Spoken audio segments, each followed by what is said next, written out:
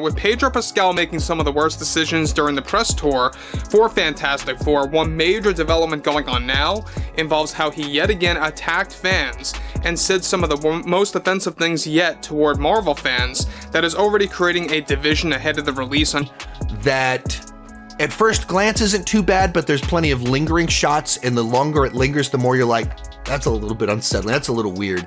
But even like Galactus's face, it did not have the same realism of, say, a Thanos. But like I said, overall the movie looks really cool, but there are a few things where you're like, considering how great all this other stuff looks, you couldn't get a baby, right? That at first glance isn't too bad, but so Marvel finally did it. They rebooted the Fantastic Four, the team that was supposed to pull Marvel out of its nosedive. This was their moment, a clean slate, a chance to reconnect with the fans who stuck around through all the Phase 4 burnout. And what did we get? Pedro Pascal as Mr. Fantastic, a gender-swapped Silver Surfer, and a vibe that screams focus group, louder than faithful adaptation.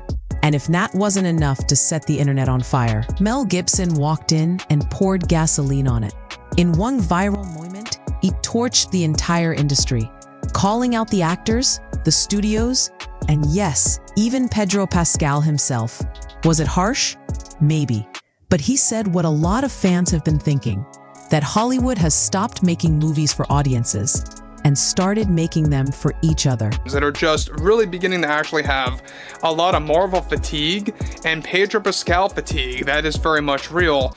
And like I said earlier, his politics, his overall view on activism, it is not helping at all in the least when it comes down to Marvel and Disney. And the fact that Marvel and Disney allows him to go on that train wreck of viewing, of course, or spewing his politics into the public eye, it goes to show you that they really don't care at all. So now, we're stuck watching a reboot that should have been a celebration of comic book royalty, but feels more like a performative checklist. Pedro Pascal isn't here because he's the perfect Reed Richards. He's here because he's trending, and Marvel knows it. The signs were there. The casting, the PR spin, the heavy-handed buzzwords. But Gibson's rant ripped the mask off, and what's underneath isn't pretty. And trust me, this is just the beginning. When Marvel announced Pedro Pascal as Reed Richards, reactions were immediate. Bob Iger is now having issues with Pedro Pascal. Just days ago, they already punished Pascal by reducing his press tour appearances and urging him to stop and cut it out with his politics. However, now Bob Iger took action against Pedro in the most unexpected way possible, where he canceled an entire featurette for Fantastic Four that was filmed, focusing strictly on Pedro as Reed Richards. And split straight down the middle. On one side, the usual wave of industry praise flooded in. On the other, fans scratched their heads, wondering if Marvel even remembered who Reed Richards is supposed to be. This isn't Din Djarin. This isn't Joel from The Last of Us. This is Mr. Fantastic, arguably the smartest man in the Marvel universe. A cold, logical, often emotionally distant genius. And Pedro? He's, well, Pedro. The issue isn't talent, it's type. Pascal has become the face of emotionally broken father figures and meme-worthy quips. Casting him as Reed feels like putting a square peg in a round multiverse. It's not daring, it's predictable. Because that's what modern Hollywood does. What to do anymore. It's pathetic.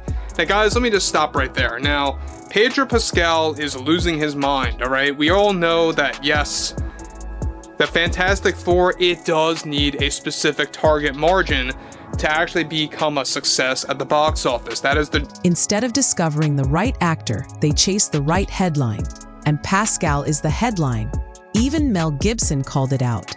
Not Pedro specifically, but what he represents. The new Hollywood machine.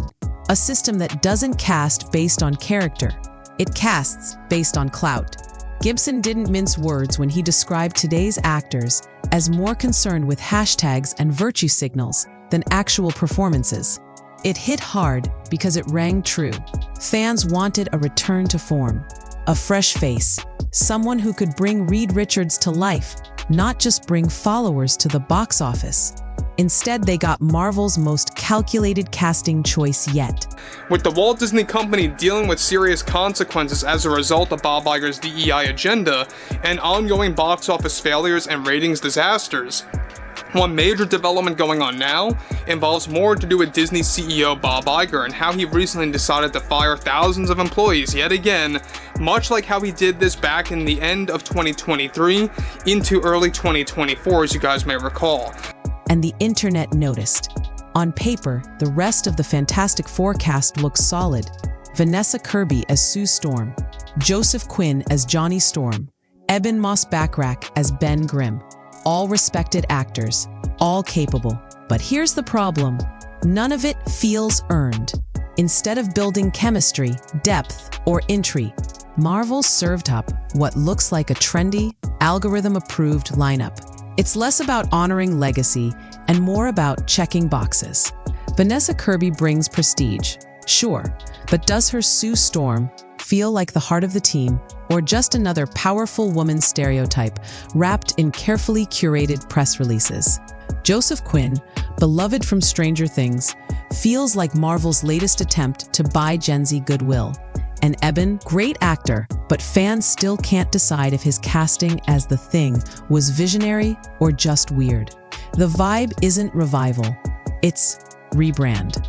This reboot could have been a return to what made the Fantastic Four iconic: family, flaws, and futuristic exploration. Instead, it's giving sanitized synergy, a team designed by committee, polished by marketing execs, and stripped of all risk. They didn't cast for the dynamic, they cast for the discourse.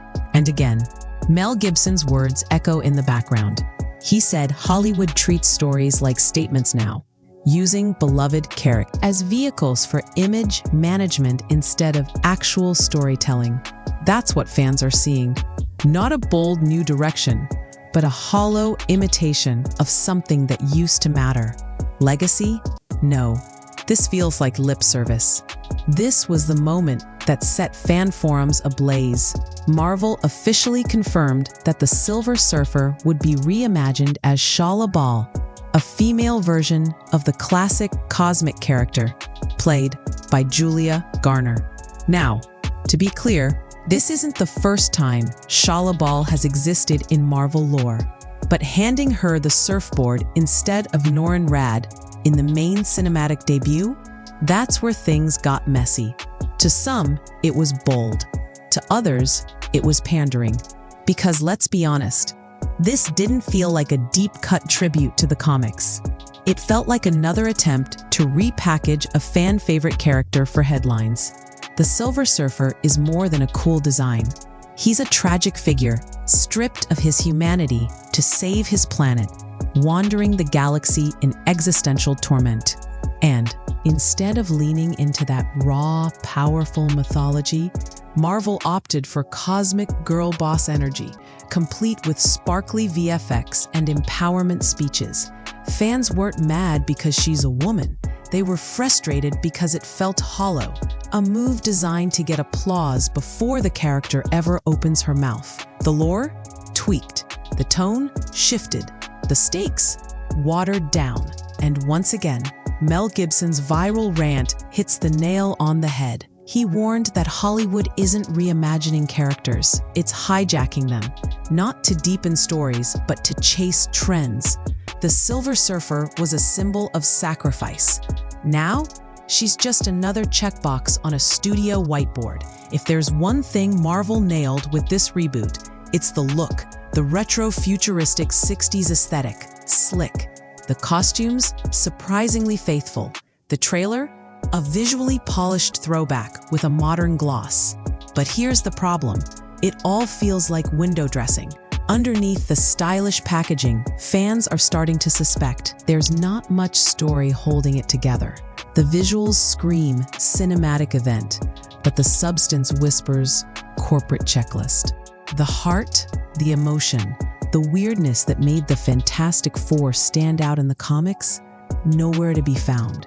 Instead, it's all perfectly symmetrical shots, Pinterest core lighting, and characters speaking like they're quoting from a diversity-themed mission statement. Fans aren't fooled by a cool aesthetic anymore. Not after Eternals. Not after Quantumania. We've seen what happens. Frames in the world can't save you. Marvel dressed this film up like a classic. But if you look closer, it's all costume and no character. At this point, Pedro Pascal isn't just an actor, he's a brand. A walking, talking hashtag that Hollywood can slap onto any franchise and call it a day.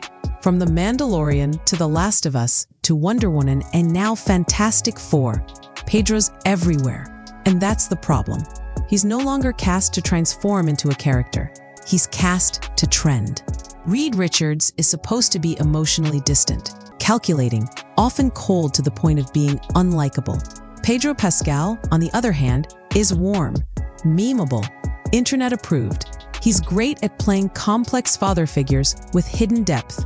But Mr. Fantastic isn't a dad on a redemption arc. He's a genius burdened by knowledge and haunted by his own logic. And trying to stuff Pedro's personality into that mold feels like Marvel forcing another square peg into a box office hole. The fan pushback isn't hate, it's about mismatch. Pedro isn't the problem. The problem is how studios are using him. He's become a symbol of Marvel's casting strategy, recognizable face over accurate fit, the kind of move that gets applause on social media and shrugs in the theater. Mel Gibson's viral call-out wasn't personal, it was cultural. He warned that modern Hollywood prioritizes identity and optics over character and narrative. Pascal's casting might be safe, but it's also shallow. He's not Reed Richards, he's Pedro Pascal playing Reed Richards, and audiences can feel that disconnect. Before the official rollout, Marvel did what Marvel always does, cranked up the hype machine. Early teasers promised a bold new vision, insiders whispered about emotional depth, and media outlets rushed to call it a return to form. But once the early screenings started rolling in, the reality hit harder than expected. Fans weren't impressed. They were confused, underwhelmed, and in some cases, downright bored. From private test audiences painted a very different picture than Marvel's PR spin. Some described the film as visually stunning, but emotionally empty. Others said it felt like a 2-hour mission statement with superpowers. The story, they said, plays it safe, too safe. Every risky idea gets buried under studio-approved dialogue and soulless exposition. One viewer even described it as a movie afraid of itself, afraid to dive deep, afraid to challenge, afraid to just be weird the way the Fantastic Four is supposed to be. Instead of embracing the cosmic absurdity and philosophical weight the source material offers, the film tiptoes around it, too busy trying to please everyone to commit to anything. Mel Gibson's criticism echoes again here. When studios stop trusting audiences to think, they start spoon-feeding them empty spectacle. The early buzz was all smoke. And now, with reality setting in, fans are wondering if Marvel even knows what made this franchise special in the first place. At this point, it's not just about Fantastic Four, it's about a pattern, one that fans have been calling out for years, and one that Hollywood keeps doubling down on. Every time a franchise flops, the studio blames toxic fans, review bombing, or online hate. But maybe the real problem isn't the audience. It's the echo chamber the industry refuses to step out of. Fantastic Four was marketed as inclusive, progressive, and forward-thinking. Buzzwords we've all heard before. But when those words come before compelling, authentic, or well-written, we've got a problem. Storytelling takes a backseat to statements. Character arcs are replaced by slogans. The result? A movie that doesn't feel like it's speaking to the audience, but at them. And this isn't speculation. Mel Gibson said it outright. Hollywood's become a self-congratulating circle where actors virtue signal to their peers, while fans are labeled as obstacles.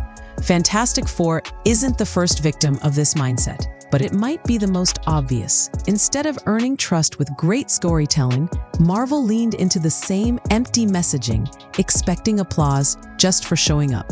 The fans aren't rejecting progress, they're rejecting pandering. They want depth, not dogma. But in Hollywood's ideological bubble, that message still isn't getting through. So, the cycle continues. Preachy press tours, empty scripts, and franchises that forget who they were made for in the first place. When Mel Gibson lit up the internet with his unfiltered takedown of Hollywood, it wasn't just another celebrity outburst. It was a bombshell. In an industry where everyone tiptoes around uncomfortable truths, Mel kicked the door in and said what millions of frustrated fans have been thinking for years. He didn't hold back. He called out the studios, the actors, and the culture that slowly turned storytelling into sermonizing. And yes, he name-dropped Pedro Pascal, Robert De Niro, and others, not to stir drama, but to expose how far things have drifted. According to Mel, actors aren't performers anymore. They're activists with agents. Studios don't chase originality, they chase optics. And somewhere along the way, the people these movies were made for, the fans, got tossed aside like yesterday's box office numbers. The reason Gibson's rant hit so hard? Because it wasn't wrong. He said Hollywood's become an echo chamber, where failure is blamed on the audience, and success is defined by Twitter applause. That's exactly what we're seeing with Fantastic Four. The criticism isn't about change, it's about authenticity. And fans are tired of watching beloved characters turned into hollow mouthpieces for a message they never asked for. Gibson's moment went viral, not because it was outrageous, but because it felt true. For the first time in a long time, someone from inside the machine stopped parroting the script. And in doing so, he reminded everyone what storytelling used to stand for before it got drowned out by hashtags and Hollywood hubris. They had one job: revive Fantastic Four and restore faith in the MCU. Instead, Marvel gave us a glossy, tone-deaf reboot packed with safe casting, empty messaging, and studio-approved flair. What should have been a return to legacy feels like a lecture in disguise. Fans didn't ask for politics, they asked for purpose. And until Hollywood starts listening, the magic's not coming back.